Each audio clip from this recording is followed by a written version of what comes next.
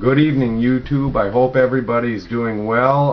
A heads up to North Dakota and South Dakota. I imagine you're well aware it's going to be heavy-duty blizzardous conditions there, over into northwest Minnesota as well, I'm sure. But that's not why I'm here at the moment. You know, a person tries to think positive in these times, and with that in mind, here we go. The scandal that will bring Obama down.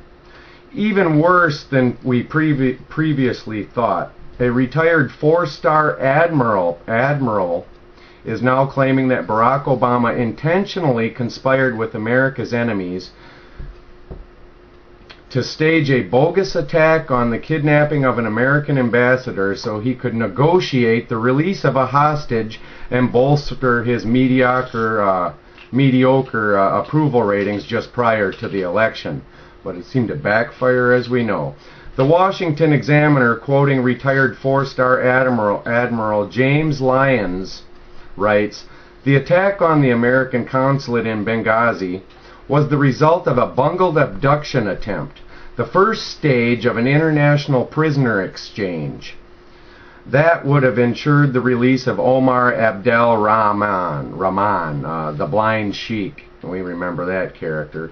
But something went horribly wrong with Obama's October surprise. Although the Obama administration intentionally gutted security at the consulate prior to the staged kidnapping, former Navy SEALs Tyrone Woods, Glenn Doherty, and disobeyed direct orders to stand down and saved Americans' lives. Single-handedly, they killed scores of the attackers, and the attackers, believing that Obama had betrayed them, tortured Ambassador Chris Stevens and drug his body through the streets. Some will say that Admiral Lyons' accusation is not a smoking gun, and we agree, it says. That's exactly why Congress must investigate Benghazi Gate. Moreover, we firmly believe the problem with Admiral Lyons' assertion is that he is only scratching the surface. The full and complete truth may be much, much worse, as some of us know and believe it well is. We have an imposter, we have an enemy in control. It is evident to even the folks that voted for him, apparently, in larger and larger degrees.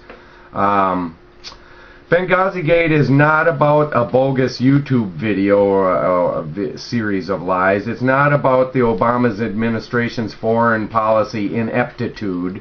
What we are dealing with is something much more sinister, something potentially treasonous. And the following questions posed in the article, The New American, go to the heart of the matter. Question number 1. What was the Obama administration's full role in helping violent jihadists and self-styled al-Qaeda terrorists and Western-backed revolutionaries take over Libya in the first place? Question number 2.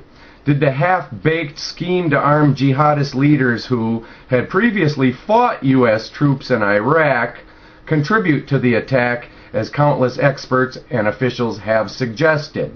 Question 3. What was going on at the compound in Benghazi, which, as report states, was never a consulate despite establishment media claims? The whole setup, the whole setting.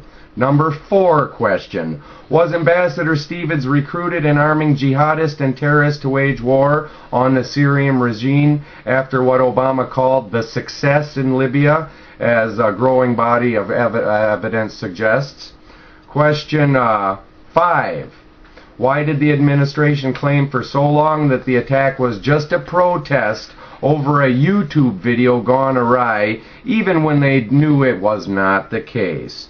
And question 6. Was the lack of security at the compound a political ploy to conceal the extent of the lawlessness and utter chaos left in the wake of Obama's unconstitutional regime change war on Libya, as even members of Congress have alleged?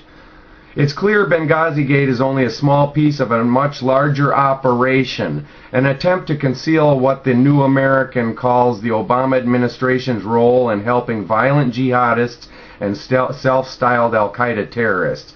Prior to the election, Barack Obama continually told us that Osama bin Laden is dead.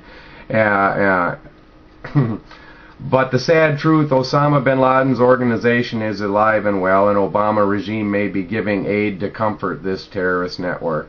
So there's all kinds of specialized alphabet soup involved in this multi-country, multifaceted plan, of which this guy that we got here is the focus point.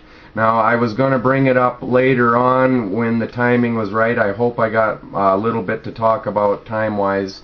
But let's not remember that we've had barricades installed on all of the exit or on-ramps across the interstates in every state, I would imagine, of this country. And one just need Google that fact right there. I will quickly bring up a link from before it's news. I found it on Google when I was just looking over this. A conversation with Wisconsin DOT concerning on-ramp highway lockdown gates. So they're loading up on weapons, this imposter is. They're making laws against the Constitution. They treat it as worse than a piece of paper, they do. They're trying to take our guns. They're murdering American citizens at home and abroad, and this man has not even proven that he's legal to be sitting in the seat that he is. In fact, much proof suggests otherwise. So I'm really giving a cry out and a shout out to those in uniform who may stand for the helpless, defenseless Americans that are being sold a bill of lies by mainstream media and their government. Stay smart, take care, and God bless you all. Pause on that.